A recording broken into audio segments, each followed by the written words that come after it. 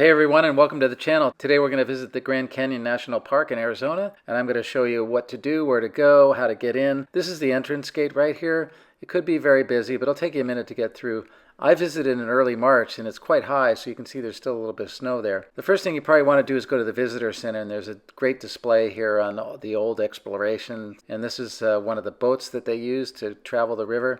And the purpose of this expedition was to determine where they might put dams to dam up the river. Now, fortunately, that never happened, and instead it was preserved as a national park, and it's really beautiful. Now, at the visitor center, there's maps and demonstrations of what it looks like on the big scale, and of course, there's a lot of geology that you're going to check out, and you can see that there's the various layers that go back millions of years, and they all have different names of them. But it's really fun to check that out. It's a good precursor to checking out the rest of the canyon, so you kind of know what you're looking at. So I highly recommend visiting the visitor center as the first part of your stay. Of course, you're going to check out some of the information on wildlife, and then out in front of the visitor center you're going to see signs that give you suggestions on what to do and what to see. I happen to be injured when I visit, so I was on crutches, so I just visited the rim, but it worked out quite well, and more on that later and how to get around. But you can also hike down to the bottom of the canyon, which is a big endeavor. But the views are absolutely spectacular. When I was there, the skies were clear, and I had some weather coming through and some clouds, and it was really nice.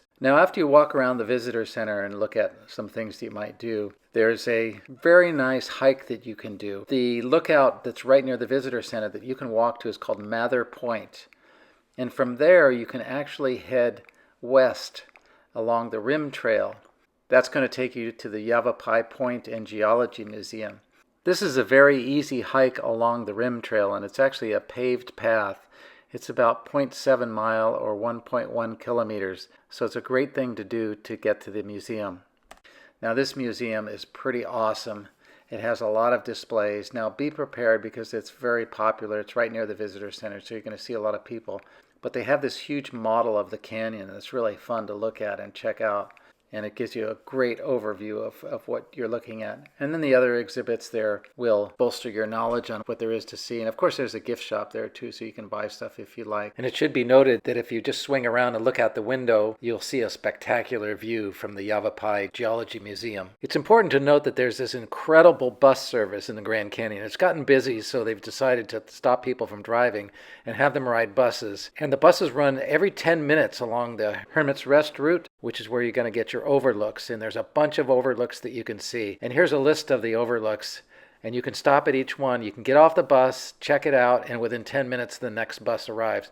So you can just bus hop from point to point, and it's really an awesome way to get around. The drivers are super friendly. If you need some information on the best ones to stop at or whatever, you can do that. I stopped at all of them. Didn't take that much time, but you certainly can pick and choose if you've got limited time. The bus service runs from March through November, and that's a great time to go to the Grand Canyon. You certainly can visit in the winter months from December through February, but keep in mind that the Grand Canyon is at 7,000 feet, so you're liable to encounter some very cold temperatures if you decide to visit during the winter months. On the other side of the coin, if you plan to take the hike down to the bottom of the canyon, that's best done in the spring or fall, say March, April, or October, November. And if you take a look at this next image, you'll see a bus schedule and some hiking distances, so that'll be handy to plan your trip. So next I'm just going to show you a few of the vistas, and I'm not going to go into too much detail about describing each one, but you can just take a look at them and enjoy the scenery.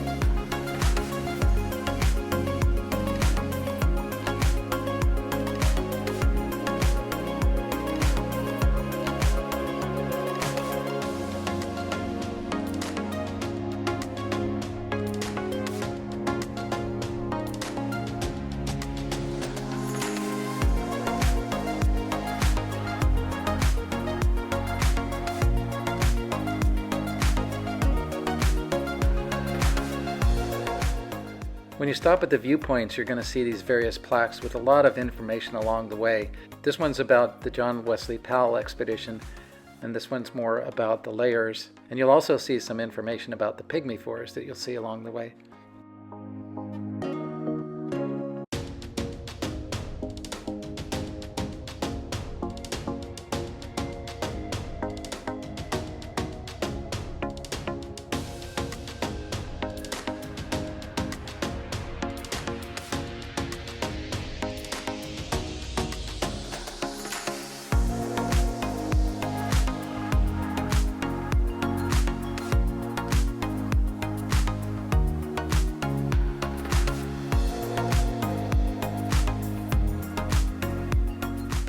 This is an interesting spot. If you zoom in from the rim, you can see the bridge across the Colorado River at the bottom. And here's a close-up of it. And there's also a campground on the other side. The buses run until 1 hour after dark, so it's safe to stick around and watch the sunset if that's your fancy.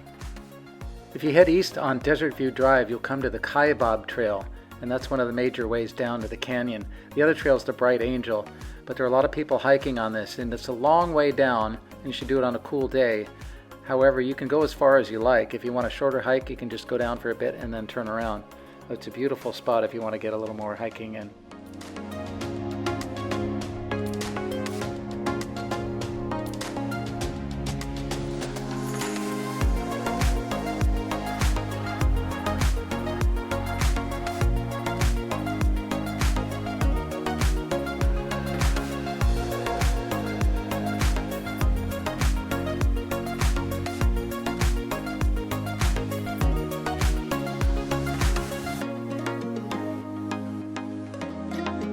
Here I am at the Pipe Creek viewpoint turnout in the Grand Canyon National Park, whipping up some breakfast, and I'm just going to take in the sunrise. It should be coming along here pretty soon. Just swing the door open here for just a little bit better view. It's really nice out there.